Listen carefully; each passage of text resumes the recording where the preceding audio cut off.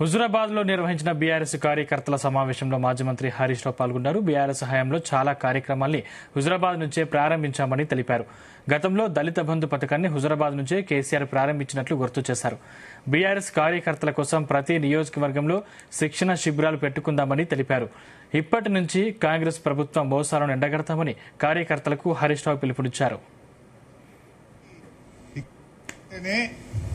BRS అడ్డా 2004 నుంచి ఇప్పటిదాకా ఏ ఎన్నిక వచ్చినా కూడా ఇక్కడ ఎగిరే జెండా గులాబీ జెండా.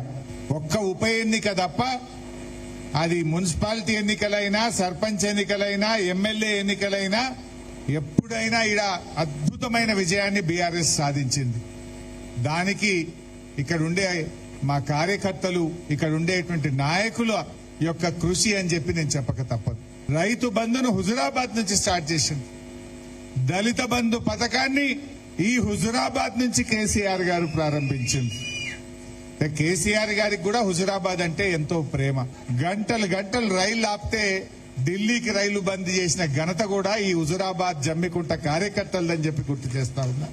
మనం కమిటీలు వేసుకోవడమే కాదు, రేపు ప్రతి నియోజకవర్గంలో కూడా శిక్షణా శిబిరాలు పెట్టి ఈ కాంగ్రెస్ మోసాలను, కాంగ్రెస్ యొక్క అవినీతిని, కాంగ్రెస్ 6 గ్యారెంటీల పేరిట ప్రజల్ని ఏ రకంగా మోసం చేసిందో మరి కార్యకర్తలకు ట్రైనింగ్ ఇస్తే కార్యకర్తలు పోయి ప్రజలను కూడా సమాయత్తం చేయాలని చెప్పి పార్టీ నిర్ణయం తీసుకోవడం జరిగింది. బీఆర్ఎస్ అడ్డా 2004 నుంచి ఇప్పటిదాకా ఏ ఎన్నిక